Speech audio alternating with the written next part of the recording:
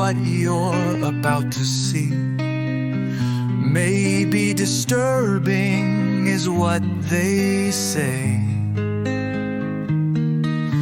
Another news broadcast censoring the truth away.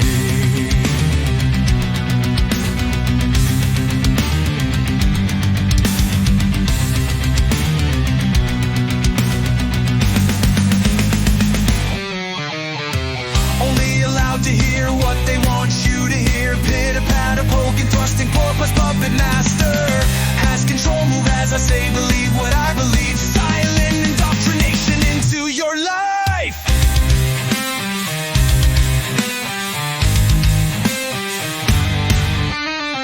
They have control and you think I'm lying. Evil thoughts of good men, good thoughts of evil men.